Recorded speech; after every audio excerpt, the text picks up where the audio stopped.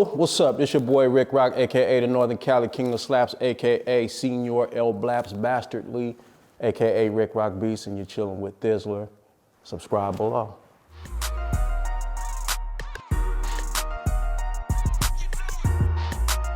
Rick Rock is a Northern California 707 based music producer, hip hop music producer. That's who I am. Yeah.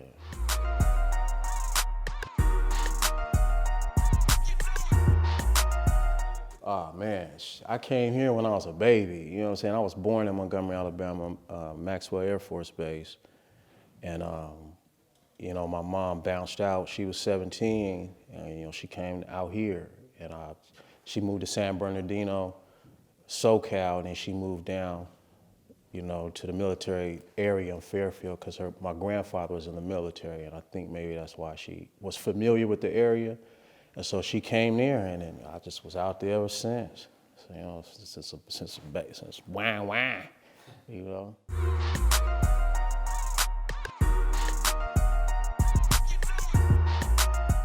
Well, I ended up connecting with DOONIE when I went back to Alabama. Like when I was 15, 16, went through some can we cuss on this? Yeah, I went through some shit, and my mama ended up going back to Alabama, going to stay with my granddaddy, and I stayed. So I was out here running and ripping and running. Actually, I digress. I ended up going back no matter what. I ended up going back to Alabama. When I went back to Alabama, I went to high school, and I started doing music and shit again, started trying to get into music and stuff, and I ran into DOONIE through a mutual friend. His name was Mood Swinger. Mood Swinger was my partner, you know what I'm saying? He was younger than me, but he was advanced, you know, he was in college, and he was into music and all that, and you know, he had a job working at the radio, the news, TV station and stuff. You know, was a young kid doing his thing, had his car, and but he got in a car accident, and then after that he said, "Man, I'm gonna die within the next week. I just know this. Don't worry about it. I just know it. And you need to get with DOONIE baby, because you have something to do with him in the future." And I was like, "DOONIE baby?" I was like, that because that was his nigga. I said, "So you, that one nigga that had to be wearing the weird suits and the weird ties and be rapping about flies fucking in midair and shit?" And he was like, "Yeah." And I said, "Man, whatever, bro." And he was like, "Nah, I'm telling you, y'all gonna have, you got something to do." And I just brushed it off. And then, I don't know, maybe like a week later, he had to go get his wisdom teeth pulled and shit, right? So, I stayed with him and took him to get his teeth pulled. And I took him to Walmart to get his prescription. I took him home, you know, and he went to sleep. He took his little prescriptions and went to sleep. And then I had to wake him up to take his pills again. I tried to wake him up, he wouldn't wake up, you know, and he had died. And I tried to give him mouth to mouth and all that shit, and it didn't work, you know. And then, so he passed away. And then after that, maybe like 2-3 months later, this nigga named Scott Gordon came in to where I was interning in Alabama, and he was representing Conscious Daughters, this group from the Bay Area back in the days, and he was working for Parrish. Parrish had a record label and shit back then, and the Conscious Daughters was on it. So anyway, he came through, and I played him some shit, and he was like, "I'm gonna bring you to California, you know, to work with the Daughters or something." Long story short, he ended up flying me out to California, and I ended up working with the Daughters, and I just stayed. And when I got my first check from the Daughters, which was $1,700, I went and flew and got DOONIE baby. And that's kind of like the most time we really didn't know each other like that and passing, but I kept my word, because my nigga died. He said he was gonna die. And then he died from his wisdom teeth getting pulled, and they gave him too much medication or something at the hospital.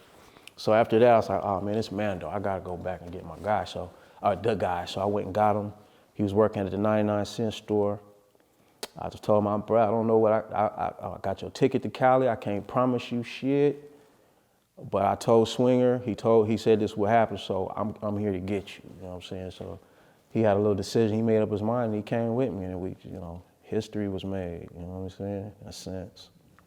That's fucking crazy. The shit is wild, and it's more than that, bro. It's like, it's so much when you look at the pieces, and you just be like, it's just too many crazy circumstances, like hands are being piecing things together for you. When you get older, you can look back on things like that and be like, damn, it seems like there was a greater hand in all of this, you know what I'm saying? So that's how he got out here. We became good friends. You know, I had stupid love for him, looked out for him, and I shopped him around till we got a couple deals. And then the last two deals we got was the Federation deals, yeah.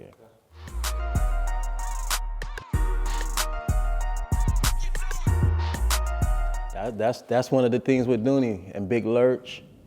Big LURCH was, I met him through Mike Mosley when I came down. And when I came down to do the Conscious Daughters, I ended up doing that. But then I wanted to stay. So I went to some type of rehearsal for the Daughters, and Mike Mosley came there. And then Mike was like, what's up, Rick? Because I knew him from Fairfield, from school and shit. And he was like, hey, I got a studio, nigga, come stay, you know, come there, or whatever. So I went out there in Fairfield, he had a studio out there, and he just let me live in the studio. You know, he had no shower or nothing. I just had to wash up in the sink and shit for months, but I was here, you know what I mean? And I was in the lab. I knew he did the Tupac. I knew he did E40, and you know, he was doing records out there, so I knew it was real. And I just came from Alabama, so I was, you know, I needed something real, you know what I'm saying? So, and that's how that happened.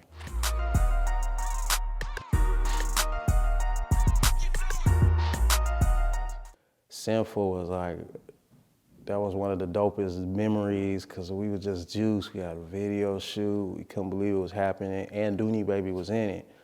And it was like a culmination of things when Swinger was like, y'all are gonna do something. You know what I'm saying? I was just like, wow, what the fuck? And then it's like, we're doing it. I said I couldn't promise nothing, but guess what? It's happening. You know what I'm saying? It's coming to fruition. So that's what SINFUL video reminds me of, like that good feeling, you know, before the bottom fell out, you know, because the bottom fell out on that one. And Lurch ended up doing some weird shit or something, and everything just went to shit, you know, then you have to start over, keep pushing.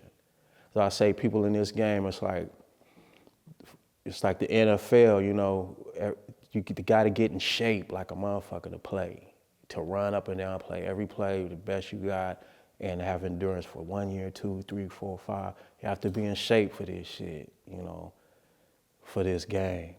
Because one thing seemed like it can end everything, and then next thing you know, that was 10 years ago, and you've been fine ever since, you know. You just got to know ups and downs and be in shape to play this game.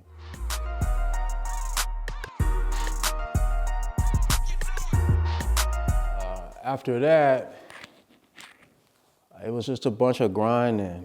You know, I got more into placements. I got my deal with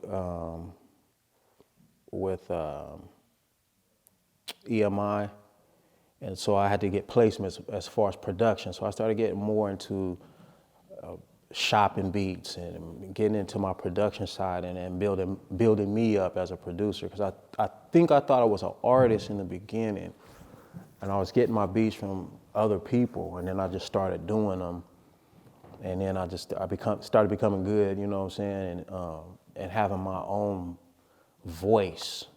So when I got here, everybody was doing mob. You gotta do this mob shit, the mob, you know, and they didn't use snares, they used hand claps, and I had to get acclimated, and I didn't play at first. I used the SB 1200, so I was, you know, sampling kick snares, and I was playing the samples, but I wasn't sampling long phrases, so I think it was easy for me to transition to playing. So then I was up in there, Mike Mosley had everything, and I just started getting into wanting to change the style. I didn't want to become the Bay. I wanted the Bay to become me, in a sense, you know what I'm saying? Like, or get acclimated to my style, or, because I always wanted to be original, you know what I'm saying? I never wanted to do what he or she is doing, you feel me? I don't like people that even like to do that. That's mildew, you know what I'm saying?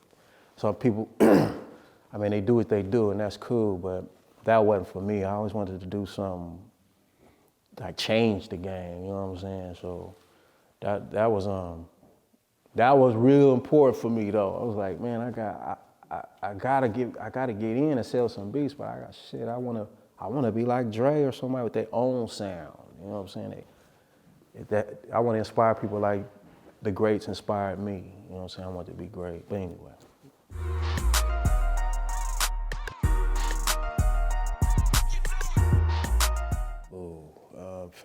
Federation, that is.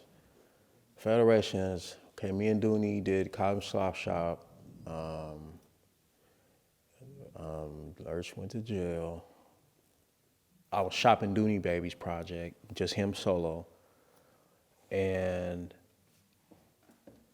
the homie, I think the homeboy Chauncey, Funky Chicken, was like, you need to hear these niggas. It was Goldie and it was another nigga. They was from a group called Ken Smoke at the time. So, Mully Mac. So then he was, I went up there to Funky Chicken to hear him and shit. And I was like, oh, these niggas is hard. Goldie sounded like he sounded, but he sounded like more,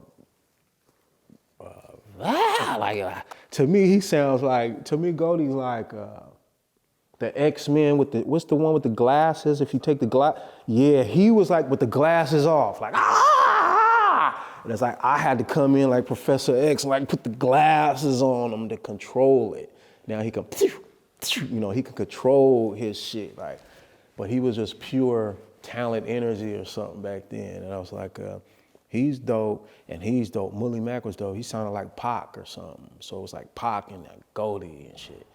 And then over the years, over the time, working with Ken Smoke and DOONIE Baby, and then being at the studio at the same time, it just kind of started getting into, they did a couple songs together, and then I was like, then DOONIE brought in Stressmatic. When he was around Fairfield rapping or something, DOONIE was like, man, this nigga's cool, whatever. So he brought him in and he would do a couple songs here and there. And then over time, they just kind of started to mesh a little bit. And I was like, it just started to become something, you know what I'm saying? I was like, you know, I started working on, because Federation was like all of everybody was a bunch of niggas. It still is.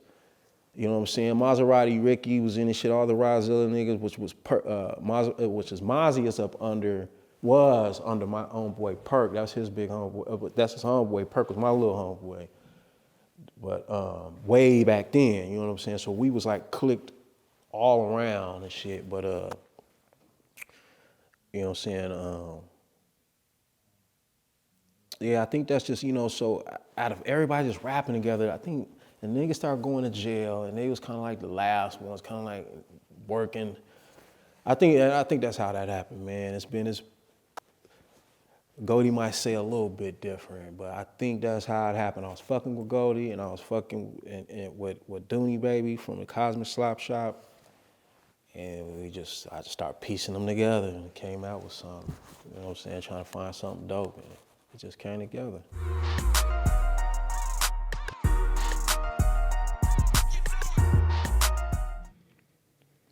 I carried it, how, you know, I lived it. I was like living in a way righteous in a sense, you know what I'm saying? And like, I was like, I seen it. And once I started selling a couple beats and started getting my shit, I see what it takes. It takes grind. It don't take one or two. It takes grind, then shine. Nigga, if I gotta give you 100 beats to sell one, nigga, I see that's what it might take. I'm trying to inject that work ethic into them. Like, don't think you make a song and it's cracking. Even if it cracked, what that mean? It means it's the beginning of a lifelong journey. You know, that's all that means. You know, so I always try to inject that into everything and try to inject good. Like, I try to inject, like, I used to say it's hard to straddle a fence and do this.